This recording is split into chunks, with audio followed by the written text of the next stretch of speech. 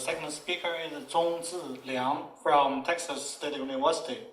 The title of his presentation is SQL-Phi, a SQL-based database engine for Intel Xeon Phi coprocessors. Okay, please.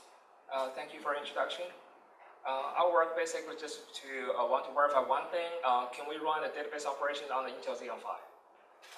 Right now, the database, so this is the outline of my work, and the first thing I will talk about is the motivation of my work, and then the related work in SQLPhi, the framework, how that works, and the results and conclusion. So the motivation is the database databases are used everywhere, and the databases are getting big. For example, like the Facebook added 10 petabytes of data to its databases from 2010. Okay, sorry, is that better? Okay. From 2010 to 2011. The Xeon Phi is designed for the highly parallel applications, and existing studies have proved that database operation can be parallelized. And then we want to find out, is that possible, or how benefit that will be if we run the database applications on the Xeon Phi, Intel Xeon Phi. Okay, just a brief introduction about the Xeon Phi. It is based on the Intel many integrated core architecture, which is in short called MIC. And it has more cores in the CPU. So it has 60 cores, physical cores in Xeon Phi. And it's for each MIC core or Xeon Phi core, it is less powerful because it has a lower frequency. But it has more cores. So overall, we can get better performance if we have enough parallelism. So that's the idea. And many supercomputers have been using Xeon Phi. For example, I came from Texas, Austin. Actually, at UT Austin, we have the Texas Advanced Computing Center, and Stampede is the first supercomputer using Intel Xeon Phi. And each Xeon Phi reaches like more than one teraflops performance, and it provides 8 petaflops of compute power from Xeon Phi from the Stampede. And in China, we have the Tsinghua system. It's in Guangzhou, and currently it's the #1 supercomputer in the world. It reaches like 33.86 petaflops. So that's the performance. So it has been used for many supercomputers. But based on our knowledge, there has no work showing that it's, how benefit that will be to run the database applications. So we want to find out if that actually will work, or how benefit, or it's a good idea or bad idea. So some related work. So compared with the GPUs, the Xeon Phi is relatively new. So existing work have been trying to see if it's beneficial to run the database applications on the GPUs. So at least several existing studies, like the Oracle and PostgreSQL and GDB, and those work. Since I only have 15 minutes, I don't have enough time to. You can reach. I have the reference in the paper. You can read their papers. Our work actually based on the Virginia project from NEC, and they built a driver that can run the database operations, the SQL query basically on the GPU. So we extended their work and then to the Xeon Phi. So this figure shows how the Xeon Phi, the SQLPhi engine works. So basically we have several parts, and we wrote a SQLPhi driver, and we have the host component and target component, and we have a MIC interpreter. So the major part of the contribution is the MIC interpreter that can translate the SQL query into the bytecode. Bytecode can be understood by the MIC interpreter and can run the SQL queries on the Xeon Phi. So how does it work? So the user submits a query, and the query will be compiled to the bytecode, and so the data again stays on the CPU side. We call this the host node, and then the data will be transferred into the device memory, which is the Xeon Phi's memory, and the MIC interpreter will translate and execute the bytecode, and execute the query and return the results back to the user. So that's how that works. I'll give you a specific example in later slides. So the first thing to figure out how the database is stored in SQLPhi. So we use a similar way of storing that with the Virginia project. So we have a big database file, but it's different with the role-based storage. It's column-based storage. So basically, the big database will be broken into several tablets, and each tablet has a fixed size. In our experiments, we use 8 megabytes because it gives us the best performance. And here's the example to show you. So on this table, you can consider this as a big database, and then this database, for example, we only have 2 tablets, and they are column-based. So we have tablet 1 and tablet 2, and they have the same size, for example, 8 megabytes. And within each tablet, we have the metadata like the ID, the name, and the price, since they're the same across all the tablets, so they're called metadata. And then we have the ID, which is the primary key data, and then we have the name and price as the user-defined data. So we have, for each tablet, they have those. And so we're doing the based on the columns. It's a column-based database. Okay. So in our SQLPhi, we only implement a small subset of the SQL query because we just want to prove the concept, whether or not we should run the SQL query on the Xeon Phi. So we implement the select query is supported, the where clause is supported, and we also support some basic comparison operator like less than, equal than, greater than, or equal, something like that. And we also support and or a logic operator. So we support 4 data types: integer, floating point, and the char and the boolean. So those are the 4 data types currently supported. So for the instruction set, we have 26 virtual operations, and these operations are based on the Virginia project. The Virginia project is developed from the SQLite instruction set. If you're interested in, there is actually a reference on the SQLite instruction set. And the 26 virtual operations include some database operators, control flow operators, arithmetic instructions, and so again, this whole thing, the instruction set is designed for parallel execution. And then everything within the parallel and converge instructions will be executed in parallel. So here's a simple example. On the left hand, that's a simple SQL query. For example, we want to select the ID and the integer 1 from a table called test, and we want to get the results when the integer 1, the value in the column integer 1 is greater than or equal to 0. So that SQL query will be translated into the bytecode on the right-hand side. Here I'm going to show the animation here. The first one, when we say from test, so that test is database name. So that one is the table we give the T0. So T0 is the first tablet in that table. And then the second thing is select ID. So we have the result column.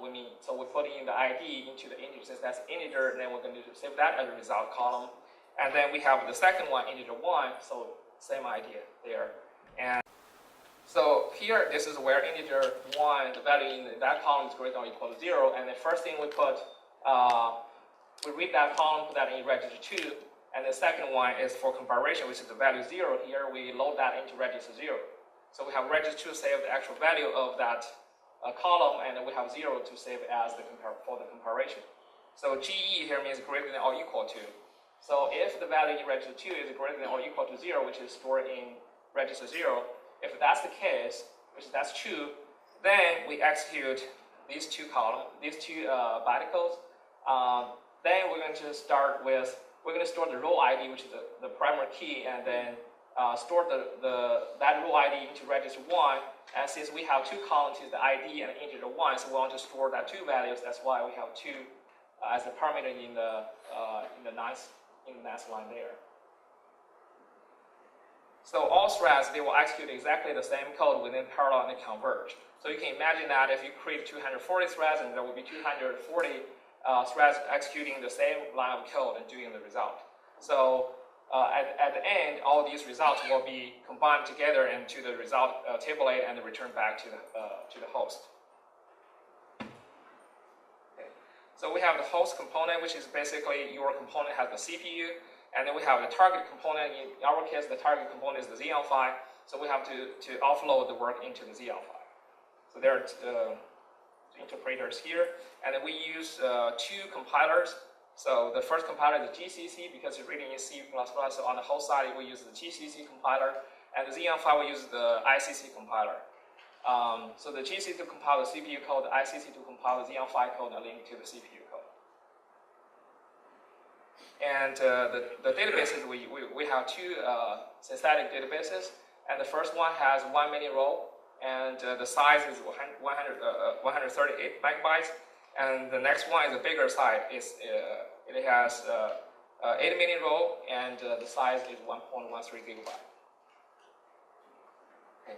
So for the numbers, we generated by following the Gaussian distribution. So it's in the range between negative 1 million to the positive 1 million. Okay. For the number of threads we're using on the CPU side, we run 1, 4, 8, 16, and 32 threads. Actually, in our server, we have 16 physical cores. Since it's Intel CPU, it supports hyper-threading, so we can run up to 32 threads. And on the Xeon Phi, we tried on the 60, 120, and 240 threads. The Xeon Phi also support hyper-threading, so you can run up to 4 threads per Xeon Phi core. So that's why we can run up to 240 threads. And then we run 2 types of query, and the first query, like I showed in the previous slides, is a simple query like that, and then we run another one that's a little bit more complex query like that. Okay, so for the Xeon Phi, we use 5110P, so that's the Xeon Phi we're using, and it's using Intel x86 based on 64 bits and 22 nanometer process. It has 60 cores, with a frequency of 1.053 gigahertz, and it can run up to 240 threads, and it has 8 gigabytes of memory that can reach 300 gigabytes per second. So here are the results, and then the first result we'll compare is the compute time. So the compute time, we did not include any data transfer, which means you transfer the time from you transfer the data from the host memory into the Xeon Phi memory. We only look at the compute time. The Xeon Phi actually works great. So which means we see the speed up. So that works for both the small data like 1 million and also work for the 8 million thread. You can see the pink one on the rightmost the bar, that's the Xeon Phi with 240 thread that has the best performance. However, if we there's another thing before I go to the next one. So when I zoom in for the speed up, as you can see here, when you use 60 cores on the Xeon Phi, actually it performed a little bit worse than the CPU, which is with the 32 thread. That's because the Xeon Phi has lower frequency. Each core has 1.053 gigahertz, and the CPU core has more than 2 gigahertz. So that's why it runs a little bit slower. But when we use more threads, it still can perform better than the 32 CPU threads. However, if we include the data transfer time, and then the Xeon Phi even cannot be the single core CPU. So if you use a single core CPU and you use Xeon Phi even with 240 threads, it still performs worse. So the reason for that is we did a simple test just to transfer the big data size with 1.13 gigabytes. We do transfer there and back. We don't do any processing, just do the data transfer. It takes like 18 seconds. So that's the huge overhead that dominates, or we can say it shadows the benefit of using Xeon Phi. Using Xeon Phi, we can get the performance speed up by processing, but the data transfer overhead is too high. So here are our conclusion. So if Xeon Phi is suitable for highly parallel database operations. However, the current design of Xeon Phi, since we need to transfer big data from the host memory to the Xeon Phi memory, that is too high. So we still cannot use Xeon Phi at this moment because of that. So the good news is that Intel is going to release the next generation of Xeon Phi based on the market calculator, which is called nice landing. So we don't have to transfer all of these data into the Xeon Phi memory. Then that will solve the problem. Then we can benefit from the performance, but without suffering from the data transfer overhead. Okay, so in the future, we want to see if we can run the CPU with the Xeon Phi together, something if we get a better performance.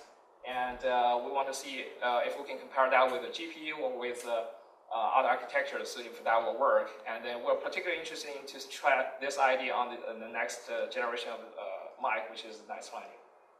Okay, that's all. Any questions? Okay, thank you. Any question? Okay, please. Yes.